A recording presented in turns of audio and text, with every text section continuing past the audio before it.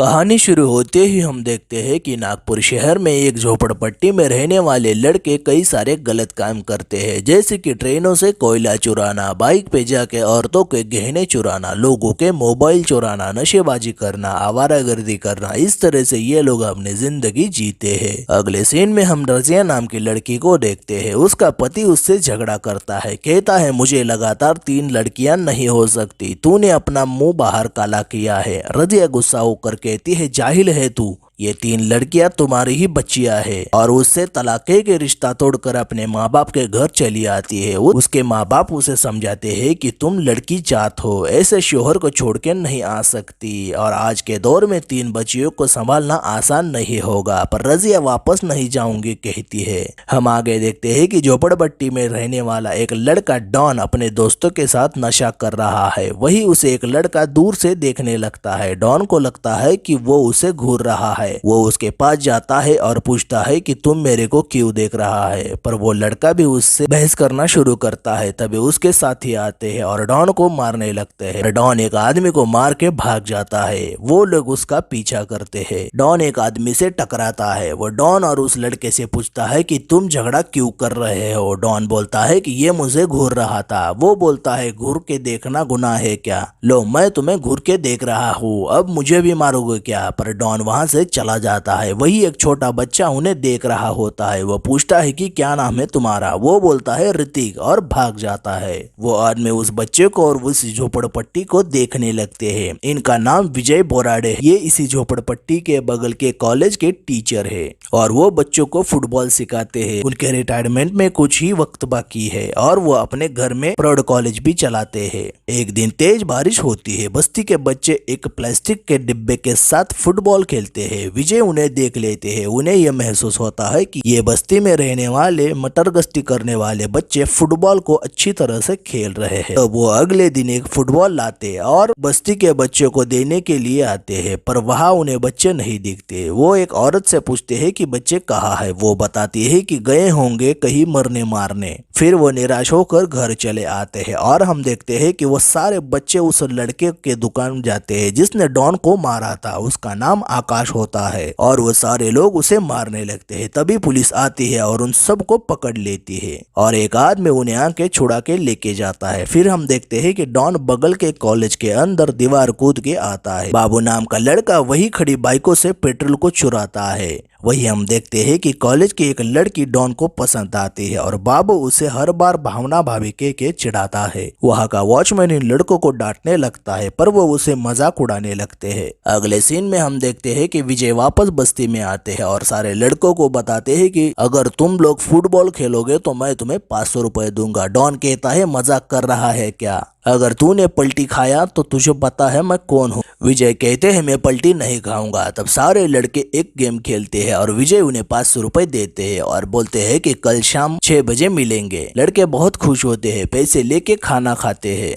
हम आगे देखते हैं कि विजय कुछ दिनों तक हर बार शाम को उन बच्चों को खिलाते हैं और उन्हें पैसे देके चले जाते हैं। वो बच्चे भी उनके आने की राह देखते हैं और सारे बुरे काम को छोड़कर सिर्फ फुटबॉल खेलने लगते हैं। एक दिन विजय फुटबॉल खिलाने नहीं आते। तब सारे बच्चे परेशान होते हैं और दीवार कूद के कॉलेज में आते हैं। वो विजय से पूछते हैं कि तुम फुटबॉल खेलने को क्यों नहीं आए। वो बोलते हैं मैं बिजी था, शाम को आता हूँ। तब वो लोग वापस जाते हैं। वही कॉलेज के फुटबॉल कोच विजय को बोलते हैं कि आप इन जैसे लोगों के साथ क्यों खेलते हो। विजय बोलते हैं वो लड़के अच्छा फुटबॉल खेलते हैं। कोच बोलता है क्या अच्छा खेलते हैं, वो लोग आवारागर्दी करते हैं, नशेबाजी करते हैं, जबरदस्ती से हमारे ग्राउंड में आके लड़कियों को छोड़ते हैं। पर विजय बोलते हैं ये लोग अच्छा खेलते हैं, आप इतना जजमेंटल मत होइए, ये हमारे टीम को टफ फाइट दे सकते हैं। कोच हंसते हुए कहते हैं ये लोग पहले ठीक से बोलना तो सीख ले, कुत्ते की दुम है, कभी सीधी नहीं होंगे। फिर हम देखते हैं कि वो सारे लड़के विजय का इंतजार करते हैं, पर विजय नहीं आते। तब वो लोग उठ के घर चले जाते हैं। डॉन बोलता है क्या सर, हम आपका इंतजार कर रहे हैं और हमें येड़ा बना रहे क्या। विजय बोलता है मैं खेलने नहीं आ सकता, तुम्हें देने के लिए मेरे पास पैसे नहीं है। वो छोटा लड़का बोलता है शक्कर के डब्बे में देख लो। बाबू बोलता है इतने बड़े घर में रहते हो पर आपके पास हरी पत्ती नहीं है क्या। विजय इन लोगों की बातें सुनकर हैरान होते हैं और फिर भी वो मना करके दरवाजा बंद करते हैं। असल में विजय उन लड़कों की परीक्षा ले रहे थे। तभी डॉन बोलता है, सर पैसे छोड़ो, सिर्फ फुटबॉल दे दो, खेल के वापस देता हूँ। फिर विजय उन्हें फुटबॉल देते हैं और वो लड़के खुशी से फुटबॉल खेलते हैं। विजय उन्हें बोलते हैं कि हमारी झोपड़पट्टी की टीम कॉलेज की टीम के साथ मैच खेलेगी, टफ फाइट देनी होगी। सारे लड़के मान जाते हैं और विजय उन्हें फुटबॉल सिखाते हैं, उन्हें प्रैक्टिस कराते हैं। वो बच्चे पूरी तरह से मेहनत करके फुटबॉल सीखते हैं, सारा बुरा काम छोड़ के दिल से फुटबॉल खेलते हैं। फिर डॉन और सारे लड़के बाबा साहब की जयंती के लिए चंदा इकट्ठा करने जाते हैं। बस्ती में एक आदमी हिटलर से चंदा लेते हैं, फिर एक दुकानदार के पास जाते हैं। वो दुकानदार चंदा नहीं देता, कहता है मैं किसी भी महापुरुष की जयंती पर डीजे लगाकर नाचने वाले पर विश्वास नहीं करता, और सारे लड़के दूसरी तरफ चले जाते हैं। यहाँ विजय का बेटा न्यूयॉर्क चला जाता है। विजय कॉलेज के डिपार्टमेंट ऑफ हेड से मैच के लिए परमिशन मांगते हैं। कहते हैं वो झोपड़पट्टी की गंदगी को कॉलेज कैंपस में मत लाइए, यहाँ का माहौल खराब होगा। विजय कहते हैं मैं जिम्मेदारी लेता हूँ, आप मेरे रिटायरमेंट का गिफ्ट समझकर मुझे परमिशन दे दीजिए। आखिर एचओडी मान जाते हैं। फुटबॉल कोच कहते हैं परमिशन तो मिली, पर आपकी वो गंजड़ियों की झुंड हमारी कॉलेज के टीम के आगे 10 मिनट भी टिक नहीं पाएगी। विजय हंसते हुए कहते हैं झुंड नहीं, टीम कहिए टीम। अब मैच का दिन आता है और हम देखते हैं कि डॉन और सारे लड़के नए कपड़े गॉगल पहनकर मैच खेलने आते हैं। विजय बोलते हैं ये क्या हुलिया बना के रखा है। डॉन कहता है पहली बार कॉलेज की टीम के साथ खेल रहे हैं, तैयार होना तो चाहिए ना। फिर मैच शुरू होता है। डॉन जिस लड़की को चाहने लगता था वो भी मैच खेलने आती है, उसका नाम भावना होता है। फर्स्ट हाफ शुरू होता है, पर हम देखते हैं कि सारे लड़के स्टाइल मारने के चक्कर में गोल नहीं कर पाते, अच्छे से नहीं खेलते, उनके बीच कोई भी कोऑर्डिनेशन नहीं होता। फर्स्ट हाफ होने तक कॉलेज की टीम 5 से लीड करती है। ये देख विजय नाराज होते हैं, कहते हैं तुम लोग शादी में आए हो क्या, इतनी प्रैक्टिस कराई है तुम लोगों की। कॉलेज के लोग तो तुम्हें हमेशा ताना मारते थे कि ये झोपड़पट्टी के लोग क्या फुटबॉल खेलेंगे, और आज तुम उनकी बातों को सच कर रहे हो, और इस बात से मैं बुरा महसूस करता हूँ। तब सारे लड़के पहने हुए कपड़े गॉगल शूज निकालते हैं और झोपड़पट्टी की गद्दी गोदाम टीम बनकर खेलने लगते हैं, और देखते ही देखते कॉलेज की टीम की बराबरी करते हैं और स्कोर इक्वल करके दिखाते हैं कि वो भी फुटबॉल खेल सकते हैं। अब आखिरी 5 मिनट का खेल बचता है और 5 गोल कराने होते हैं। हम देखते हैं कि कॉलेज की टीम गोल नहीं कर पाती और गद्दी गोदाम की टीम 3 बार गोल करती है और ये मैच जीत जाती है। आखिर विजय इनके परफॉर्मेंस से बहुत खुश होते हैं। पहली बार विजय सारे लड़कों को अपने घर में लाते हैं। एक लड़का बाबू कहता है सर आपने हमें फुटबॉल खिला के बहुत अच्छा किया, हमें बहुत खुशी दी। जैसा तुम हमारे बारे में सोचते हो आज तक किसी ने हमारे बारे में वैसा नहीं सोचा। कोई भी तू कैसा है, तेरी लाइफ में कैसा चल रहा है, ये कभी नहीं पूछा। जैसे अच्छे लोग डॉक्टर बनने का सपना देखते हैं, हेलीकॉप्टर उड़ाते हैं, वैसे मेरा नहीं। हमारे नागपुर में तो कोई एक मर्डर किया तो उसे काम मिलता था। मेरा भी वैसा ही सपना था कि मैं एक मर्डर करूंगा और जेल जाके सजा काट के फिर काम करूंगा,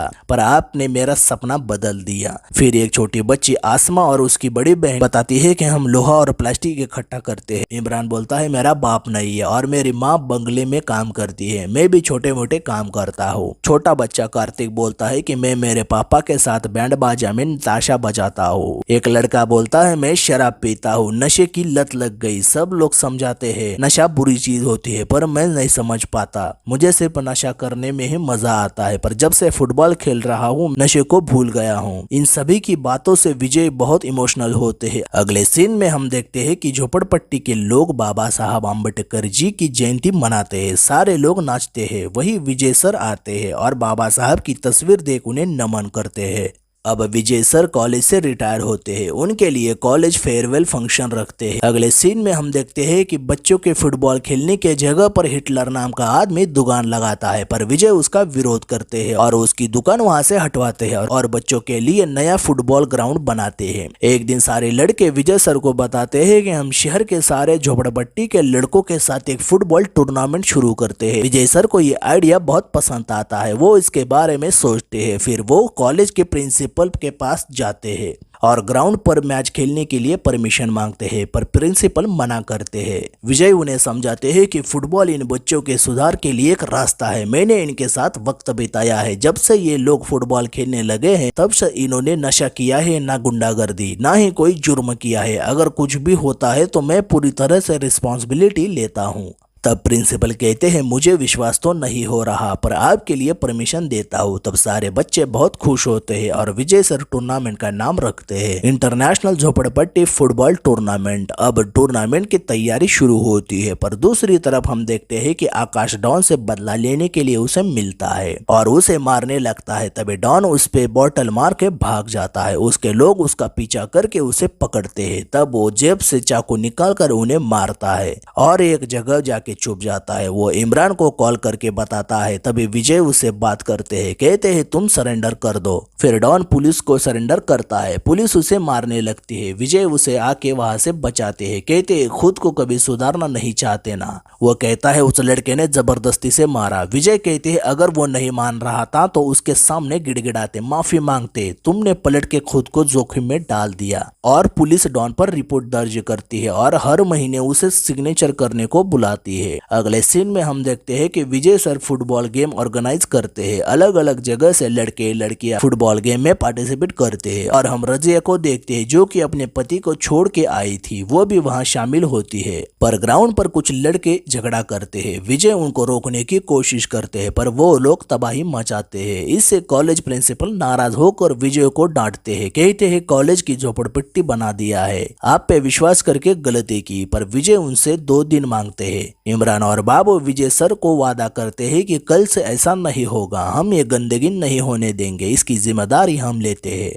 और हम देखते हैं कि फुटबॉल टूर्नामेंट सफल तरीके से प्राप्त होता है। एक टीम जीत जाती है, प्रिंसिपल भी खुश होते हैं, पूरी मीडिया ये न्यूज कवर करती है और सबकी इस टूर्नामेंट के बारे में पता चलता है। अब विजय सर का बेटा वापस आता है और उन्हें बताता है कि मैं बाहर दूसरे देश के अपॉर्चुनिटी ढूंढ रहा था और आपने मुझे इसी टूर्नामेंट से एक अपॉर्चुनिटी दी। तब वो इंटरनेशनल होमलेस सॉकर के बारे में उन्हें बताता है। हम हमारे टूर्नामेंट के कुछ प्लेयर्स को जॉर्जिया के होने वाले होमलेस सॉकर टूर्नामेंट में भेज देंगे और फिर कुछ दिनों के बाद वर्ल्ड कप शामिल होंगे। ये बात सुनकर विजय सर को बहुत अच्छा लगता है और इस बात के लिए मान जाते हैं। फिर कुछ दिनों बाद वर्ल्ड कप में शामिल होने के लिए ऑफर आता है। तब आनंद कुछ प्लेयर्स को कॉल करके बताता है कि आपका इंटरनेशनल फुटबॉल टीम में सिलेक्शन हुआ है। और हम देखते हैं कि कुछ लड़के कुछ लड़कियां बहुत गरीब होते हैं। कोई गांव से होता है तो कोई काम करता है तो कोई किसी के माँ बाप खेलने के लिए मना करते हैं और यहाँ आनंद फंड इकट्ठा करने लगता है पर कोई भी मदद नहीं करता। तब विजय अपनी प्रॉपर्टी गिरवी रखते हैं। अब हम देखते हैं कि एक लड़की का पासपोर्ट बनवाने के लिए उसका गवर्नमेंट रिकॉर्ड नहीं मिलता। तब वो अपने गांव के एक आदमी से मिलके जैसे तैसे पासपोर्ट बनवाती है। बड़ी मशक्कत के बाद उसका पासपोर्ट तैयार होता है। यहाँ डॉन के पासपोर्ट के लिए पुलिस वेरिफिकेशन नहीं मिलता क्योंकि उसके ऊपर कई केस दर्ज होते हैं। फिर विजय सर वकील के पास जाते हैं। तब केस में कोर्ट जाता है। अपोनेंट वकील कहता है अगर हम गुनहगारी मानसिकता रखने वाले अंकुश को पासपोर्ट दे के इंटरनेशनल जाने देंगे तो इसमें देश की ही गरिमा खराब होगी। हम खुद ही गुनहगारी को बढ़ावा दे रहे हैं। और तो और विजय बोराडे सर और अंकुश जैसे कई गुनहगार बच्चे इस गेम में भाग ले रहे हैं। तब विजय सर जज को बताते हैं कि ये लोग समाज के लिए घातक नहीं है बल्कि ये तो हमारे लोग हैं। इनको हमने न जाने कितने सदियों से बहिष्कार किया है। जन्म से तो कोई गुनहगार नहीं होता, ना ही कोई खुद को जेल में देखना चाहता है। इन बच्चों के साथ मैंने वक्त बिताया है, इनको मैंने जाना है, इनकी तकलीफों को समझा है। इनमें से कई कचरा उठाते हैं, कई लोग तो वॉचमैन का काम करते हैं, किसी की शादी हुई है और 2 बच्चे हैं फिर भी वो अपने बच्चों के लिए ढाल बनकर खड़ी है। किसी के बाप नहीं मानता पर ये लोग फुटबॉल बखूबी खेलते हैं। आप ही बताइए इनका सिलेक्शन कहाँ होता है, किसी टीम में या स्पोर्ट्स एकेडमी में या किसी कॉलेज यूनिवर्सिटी में। इसे दीवार की दूसरी ओर एक और भारत रहता है, उनके बारे में भी हमें सोचना चाहिए। हाँ मैं मानता हूँ कि ये चोरी करके भाग जाते हैं पर ये इतना तेज भागते हैं कि अगर मौका मिले तो हिंदुस्तान के लिए ओलंपिक में गोल्ड मेडल ला सकते हैं। ये हमारे भारत का भविष्य है और आप इन्हें इनके भविष्य से वंचित रख रहे हो। ये लोग आपके पास कभी नहीं पहुंच पाते क्योंकि इनके और आपके बीच एक दीवार है और आप इस दीवार को तोड़ सकती है। ये अंकुश टैलेंटेड खिलाड़ी है। ये इस वर्ल्ड कप में हमारी भारत की फुटबॉल टीम का प्रतिनिधित्व करने जा रहा है। आप इन्हें झुंड बोलते हैं पर मैं इन्हें एक टीम बोलूंगा। पर हम देखते हैं कि अंकुश की एप्लीकेशन रिजेक्ट होती है। इस बात से अंकुश बहुत ही निराश होता है। विजय सर उसे समझाते हैं कि हौसला मत छोड़ना, प्रैक्टिस करते रहना, हम अगले साल जरूर जाएंगे। और बाकी प्लेयर्स के साथ वो मुंबई निकल जाते हैं। फिर डॉन बहुत निराश होकर शराब पीता है। बाबू और इमरान उसे समझाते हैं कि कोई बात नहीं, हम अगले साल जाएंगे। पर वो कहता है मैं तो सुधारना चाहता था पर मुझे कोई सुधारने नहीं दे रहा, एक मौका मिला था वो भी छीन लिया गया। वह बहुत रोता है। अगले दिन मुंबई के महाराष्ट्र के सीएम विजय सर का सम्मान करते हैं और विजय सर अपनी टीम के साथ एयरपोर्ट जाते हैं। यहाँ डॉन के घर उसके पासपोर्ट सिलेक्ट होने का लेटर आता है। डॉन वो लेटर देख बहुत खुश होता है, अपना सामान पैक करके मुंबई की तरफ निकल जाता है। तभी भावना उसकी मदद करती है, उसे कार से मुंबई एयरपोर्ट तक छोड़ने आती है। फिर हम देखते हैं कि विजय सर और सब लोग डॉन को देखकर बहुत खुश होते हैं और आखिर झोपड़पट्टी का डॉन गुनहगारी से मुक्त होकर एक खिलाड़ी बनकर अपनी एक नई जिंदगी की ओर बढ़ता है। और विजय बोराडे सर अपनी झोपड़पट्टी की टीम की वर्ल्ड कप खेलने के लिए जाते हैं और ये कहानी यहीं पे खत्म होती है। आपको ये कहानी कैसे लगी हमें जरूर बताइए। अगर हमारा एक्सप्लेनेशन अच्छा लगे तो हमारे चैनल मूवीज एक्सप्लेन मोस्टली को लाइक, शेयर और सब्सक्राइब जरूर करें। Thank you for watching.